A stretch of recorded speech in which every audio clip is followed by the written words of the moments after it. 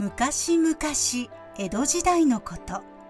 備前の御町というところに岸本甚三という農家がおりました。甚三はかなり研究熱心で、日々稲作用の種子の改良や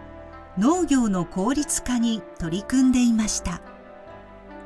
当時は現代のように機械が発達しているわけではなく、すべてを手作業で行っていた時代。その中で百姓の生活向上は多収穫、無駄節約にありと信じ、身を削るように努力していた徳農家でありました。そんなある日、安政6年のこと、甚三はほうきの大山に参詣した帰りに、道端の田で変わった稲穂を発見しました。近づいてよく見ると、いかにも有料種らしい立派な稲穂でした。日頃から新種の発見を神仏に祈っていた甚三は、喜々としてその稲穂を2本持ち帰りました。これが後の御町との運命的な出会いでした。甚三は早速持ち帰った2本の稲の培養に取り組み始めました。もみを茶碗に浸して発芽させ、栽培を始めましたが、なかなかうまくいきません。教えてくれる人や相談に乗ってくれるような仲間もいないどころか、嘲笑すらされる始末です。それでもたった一人で、全身全霊で改良に取り組んでいました。数年の苦労の末、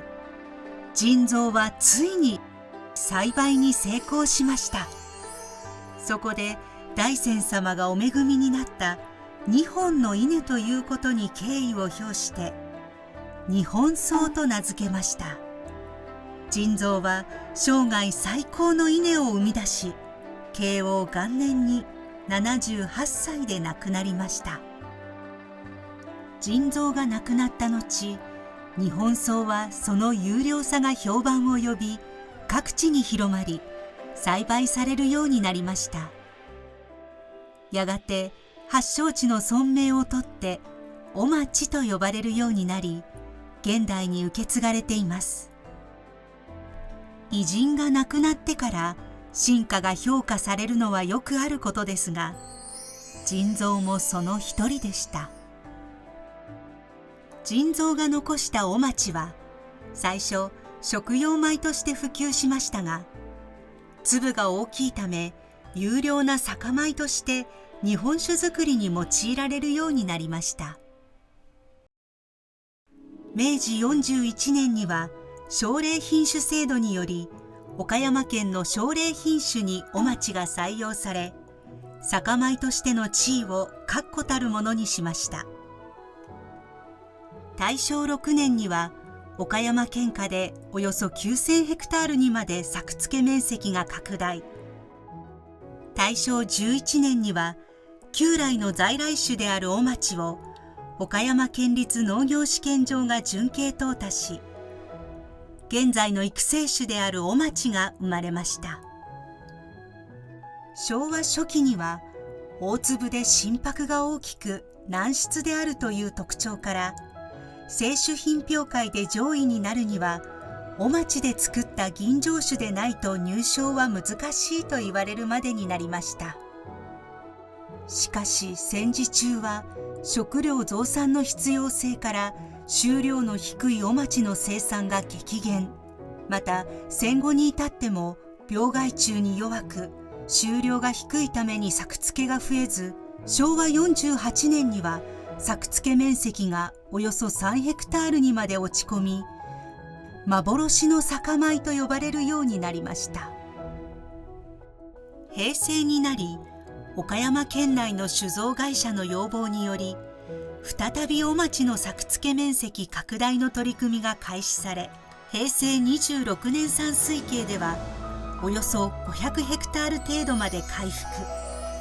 御町米で岡山の酒を作る取り組みは県内の酒造会社に広がり、原料の米にこだわる県外の蔵からも引き合いが増えていきました。お町は現在も栽培の難しさから発祥の地である岡山県以外での生産がほとんど普及しておらず、生産量の9割以上が岡山県産です。